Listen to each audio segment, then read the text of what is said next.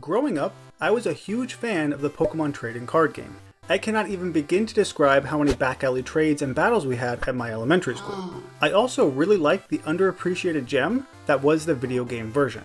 So, to bring awareness to this video game offshoot, today I will be attempting a Nuzlocke of the Pokemon trading card video game. That's right, I'm Nuzlocking a card game because why not? The main rule is that if a Pokemon card faints, I cannot use them or their evolutionary line in future duels. Let's see how it goes. My name is Bateman because I'm obsessed with cards. There is a rumor going around that the powerful legendary Pokemon cards are up for grabs, so naturally, I need them. I head to Dr. Mason's lab, not sure why he isn't a professor, and his assistant thinks I am some uneducated buffoon who has never played Pokemon TCG. I grew up in the days where you get a booster pack at 7-Eleven and then spend your last nickel on a Jolly Rancher. Anyway, if you know the basic rules, go ahead and jump ahead 30 seconds or so. If not, the idea in one of these matches is to win prizes. At the start of every game, a certain number of prize cards are set aside, face down, and every time you defeat an opponent's Pokemon, you get a prize. The first person to get all of their prizes is the winner. Alternatively, if someone runs out of Pokemon cards on the field, they immediately lose. To attack, you need to have energy cards on your Pokemon, but you can only attach one per turn, so it can take a while. You also need to look out for weaknesses, which double damage from certain types, and resistances, which decrease the damage by 30. Now that we've remembered how to play, Not Professor Mason offers me 3 decks to choose from. Naturally, I start with Charmander and Friends, because Charmander is the best. On the overworld, I could go to any of these 8 clubs, which are basically gyms, but let's start off with something easy and head to the Grass Club. I meet up with Ronald, my rival, who already got the Grass Medal. He explains that there are 8 Club Masters and 8 medals. Obtaining all of them allows me to challenge the 4 Grand Masters. Basically, it's the exact same thing as Gym Leaders, Badges, and Elite Four, just with different names. Why mix it up if it works? Before I can challenge the Grass Gym Leader, Club Master, I need to defeat 3 Grass Trainers in the gym that is actually a club. I might as well start with Heather. I draw the first 7 cards from my Fire deck and start with the very iconic Fire Pokemon, Pikachu and Diglett. And next turn, I get a Zapdos, who seems like a legendary Pokemon card already, but what do I know? After a couple of turns, Pikachu evolves and finally defeats this darn Venonat, winning me the first prize of the run. Raichu defeats this Porygon, who can't really do anything, and another Porygon falls too. Everything is going well until the Eevee evolves into Flareon, which is not a very grass Pokemon, and uses Quick Attack, which Raichu is now weak to, meaning he takes double damage and promptly dies. You see, what happened there was I thought Porygons were basically useless because the second one only used Conversion, changing my weakness to Fire type. I thought nothing of it because why would a grass deck have Fire Pokemon? Probably the same reason a Charmander deck has a Zapdos. Charmeleon comes out to flamethrower this cheater, winning me the first match. But since Raichu died, I can no longer use him or any Pikachu cards. And there's a lot of them. That was not a great first duel. Now, every time you defeat a trainer, you get 2 boosters. And this is how you get more Pokemon and even energy cards. For the second grass battle, this girl actually uses real grass Pokemon, which means that my Arcanine can decimate her. Eat that, Kristen. Against Brittany, I start with Zapdos, who ends up being a perfect counter to Machop because he resists fighting. This means I can stall and get energies on my Magmar, and when I'm ready, I use Switch to replace those 2 Pokemon, because retreating often costs energies. This single Magmar then Fire Punches or Flamethrowers through her deck, winning me the 3rd battle. After trekking all the way across the world to find Nikki, the Grass Master, she just up and disappears. Well, that was weird. Back in the Grass Club, we have 6 prizes in this fight. Here, I start with Magnemite, who stalls pretty well thanks to Thundershock being able to paralyze. After a couple of turns, and with Magnemite getting poisoned, I retreat, sacrificing his energy to bring out Magmar, who Fire Punches the Gloom, doing double damage because it's weak to fire.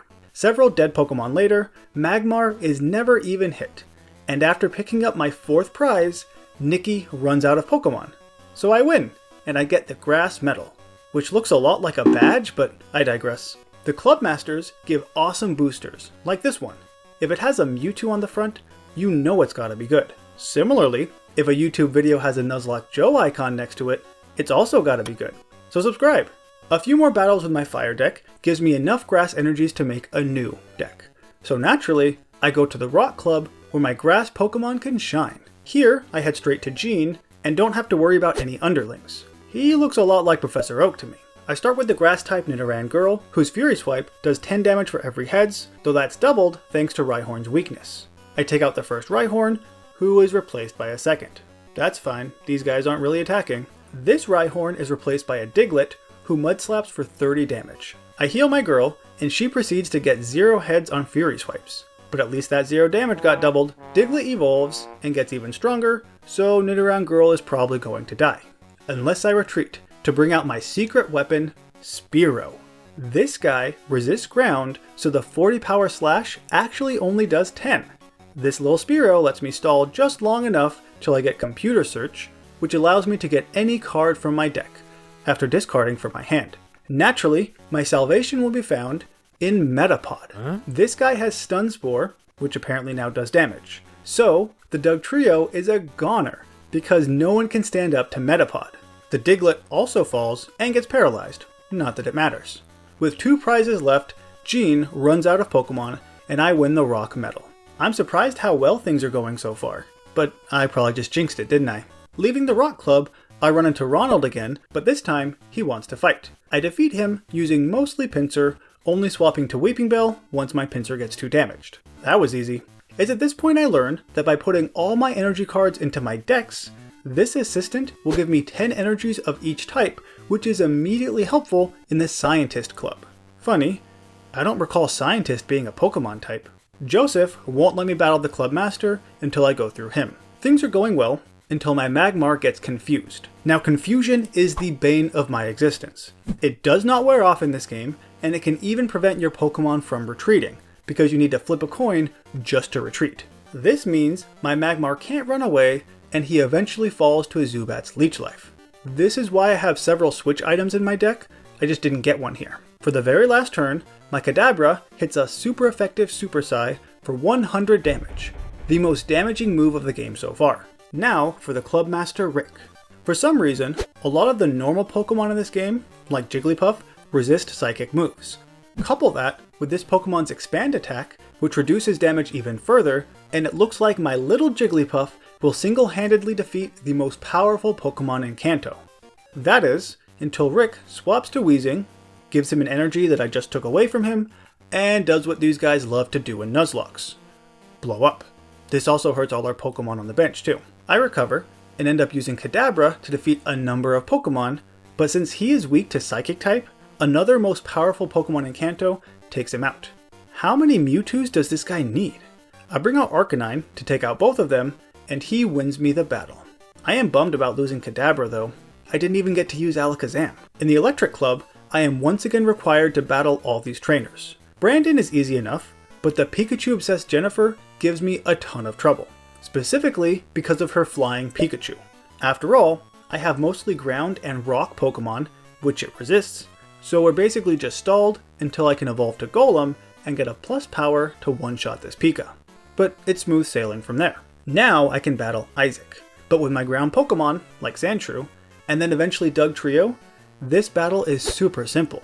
Dugtrio does go for a 140 damage Earthquake at the end, just for funsies. So yeah, we're halfway done with getting these medals. With the electric Pokemon I got from the last gym, it's time to defeat these water guys. In case you couldn't tell, I'm trying to order these clubs so that I get Pokemon who have an advantage in the next club. Because why wouldn't I? That's just being smart.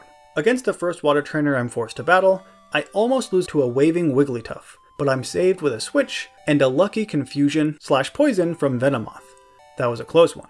It turns out the Club Master has been sleeping on the job. Hopefully Amy isn't a lifeguard. Now this battle takes a while because she keeps stealing my energies and healing her Pokemon. Hey, it's fair game when I heal, not when the NPCs do it. I have a couple of close calls, but nothing I can't handle. That is, until Venomoth defeats her Horsey, bringing out Seadra, who had just one more energy than I realized, and can use Water Gun to take me out. That's too bad. I kinda liked Venomoth being able to poison and confuse at the same time. And I was on my last prize too. Oh well, one death is not the end of the world. Overall, I still think I'm doing great. After getting that fish, Ronald challenges me to another battle. I wiped the floor with him last time, so how hard can this be? Well, pretty rough, actually, because he immediately gets an Electabuzz who starts to Thunder Punch, taking out Magnemite. But after a bit, a Coughing does get his revenge with some poison. A Voltorb of mine gets paralyzed at just the wrong time, so I can't swap him, and he too dies. Basically all of my Pokemon are on the brink of death. This is not going well, in case you couldn't tell. I tried to save this Eevee for as long as possible, hoping for a Jolteon, but he never arrived. So I'm going to count that as a Jolteon death, and still allow myself to use Eevees as long as I have either Flareon or Vaporeon in the deck. I think that's fair game. After my Oddish fails to paralyze the second Electabuzz, Ronald Gusts of Winds a much closer to dead Oddish and finishes the battle. So I lost. That was horrible. I'm not going to restart my run, I'm simply going to put aside the Pokemon who died and, well, I can't use them. Next, let's head to the Fire Club and hopefully relieve some stress. And I see this sprite that looks oddly familiar. Ken, the Fire Master, will only battle you once you have a certain number of acquired cards, which I already do. So let's go. This fight is much simpler. I even start with a Lapras on turn 1. So between that guy and Vaporeon, I make short work of Ken's team. I'm glad it was a simple match. After the last one I had, I needed simple. After getting the Fire Medal, I obtained the first Electrode card of the run, which is unfortunate because Voltorb died like 5 minutes ago. The Psychic Gym has another identical icon, which is kinda weird, and then Master Murray allows me to challenge him right away. My deck consists mostly of normal Pokemon with psychic resistances and a few psychic Pokemon as well. Now the battle starts off really slowly as he spams Fetch with Kangaskhan, and my Lickitung does 10 whole damage and sometimes paralyzes. So it takes a while to get going. Actually, it never really gets going, thanks to a combination of him scooping up his Pokemons right before they die and the stupid Alakazams. His Pokemon power lets him swap around damage counters, so anytime I almost kill someone, like Mr. Mime, he just transfers that damage to big fat guys like Snorlax and uses Scoop Up to completely heal them. Couple that with the fact that his Alakazam keeps confusing me, and this makes for a very frustrating battle. Towards the end, I get a bit desperate and make some risky moves, causing Raticate to kill himself in confusion. It turns out that was completely unnecessary, because after all of his fetching Kangaskhan's, he runs out of cards in his deck 2 turns before I would have. And so, he loses, with both of us having defeated only a single Pokemon. I hate so much about the things this guy chose to be. The last club leader is the fighting guy, but before fighting him, I need to find the trainers that are in another castle. Those trainee battles are going pretty well, until I get to the last one, Michael. At literally the end of the battle, he pulls a plus power out of nowhere to do just enough damage, knocking out my Golem. His Hitmonchan had 10 HP left, so a single peck from Spearow wins. Now that I've repopulated this club, I can battle Mitch to get the last medal. My deck consists mostly of Psychic Pokemon. The Ghastly family actually resists fighting, so that's nice. During this battle, I come to realize how crappy this Haunter actually is, because to use Dream Eater, the opponent has to be asleep, and they have 2 chances to wake up after I use Hypnosis. So he's not a very good Pokemon, which sucks because I love Haunter. After getting a Hypno, an actually useful Pokemon, I make short work of his team. Mitch was quite a bit easier than his trainees, actually. With the final medal in hand, I head to the Pokemon Dome to defeat the famous 4 Grandmasters. These guys each have a specific legendary card, either one of the legendary birds or a special Dragonite. Courtney has the Moltres deck, so I obviously use water Pokemon. For some reason, the Moltres are not weak to water and only take normal damage. This Moltres is good at getting energies, but as strong as Dive Bomb is, it fails half the time. And the other half of the time, Squirtle paralyzes him with a bubble. This works decently well, till she switches to Arcanine, who takes out my turtle in a single flamethrower. As much as it pains me here, I now need to sack Articuno to give me just 1 more turn. That way, I can get a Gyarados to sweep through her team. At least he takes out the 2 terrifying Moltres before succumbing to a Magmar's Fire Punch. Goodbye, Water Snake. You did a great job. And now, a fully powered Kingler is strong enough to finish the battle, defeating the first Elite Four member. Grandmaster. Next we have Steve, the Thunder guy. For this battle, I have mainly Ground-type Pokemon, The only problem is that Zapdos resists them. So I switch to my secret weapon, a Meowth, who occasionally lets me draw some cards. And then my more secret weapon, Kangaskhan, who always lets me draw a card. After a bit of stalling, and losing Sandshrew to Big Thunder, a move that deals 70 damage randomly without regards to resistance, Kangaskhan eventually falls to a Jolteon's Pin Missile. But that gave me just enough time to unveil the big guns, Rhydon. Now even though Ram only does 20 damage after Zapdos' resistance, it does push him onto the bench, giving me a chance to destroy even more Pokemon. After taking out a few of them with the almighty Rhydon, I get the last prize and win the match. This Zapdos was tough, but not as scary as the Moltres we already saw. Jack is obviously the Articuno user because he's pure white, but I feel like they completely inversed the order of these battles. Articuno should 100% be first, and Moltres last. You know, because of the Spanish? For this battle, I'm using a combination of electric Pokemon and fighting. In spite of the confusion, right when Electabuzz is about to take out the Articuno, he scoops it right back up to his hand. After taking out multiple Pokemon, my Electabuzz eventually falls to a tiny little Ditto. Machoke comes out to finish the job, until Articuno gets scooped up, once again, getting replaced with a different version. Right when Machoke is about to take out this bird, I need to swap to Voltorb to evolve, and end the battle with a tackle. Electabuzz really carried that match right there. Machoke did a pretty good job too, but Voltorb shouldn't have been here. I apologize for reusing him, I somehow missed his death from early on. And it's weird, because the same thing happened in a recent Oris video too, again with a Voltorb. I don't know what it is about these guys. Next is Rod, the Dragonite user. He has a lot of fire Pokemon, so I use mostly water. And this battle is so simple. Once I get a Dugong, she just Aurora Beams through Rod's whole deck, barely taking any damage in the process. It makes sense that Rod would be easier, since his legendary card is a stage 2 Pokemon, not a basic one like the birds are. I am now worthy to inherit the legendary cards. Or I would be, if my rival hadn't already done so. That sounds awfully familiar. But also, how did my rival get the legendary Pokemon cards if they're still in these guys' decks? Who knows? Now this guy has all the stupid legendary birds that I hate, and scoop up too. I decided to go back to my roots and use a fire deck for the first time since the start. But now it's a real fire deck. After doing a bit of damage, my Growlithe gets unlucky with a 30 power quick attack and gets knocked out. The Zapdos is placed on the bench and does 30 random damage to another Growlithe, but I don't really care since he's already dead to me. The knocked out Eevee is replaced with a Moltres. Here, I just need to use this tongue to survive as long as possible to give me time to power up my other Mons. Yes, Lickitung is a sacrifice, and he should be happy to be one. He's actually pretty good at it, because Tongue sometimes paralyzes. But he can't cheat death forever, and a Dive Bomb eventually takes him out. But that gave me enough time to get a Dragonair with a Slam, which isn't the best move. After knocking out a few more Pokemon, I am able to end this game in the most spectacular way possible, using Charizard for the very first time to Fire Spin Ronald Zapdos straight into oblivion. This lets me pick up the last prize of the run.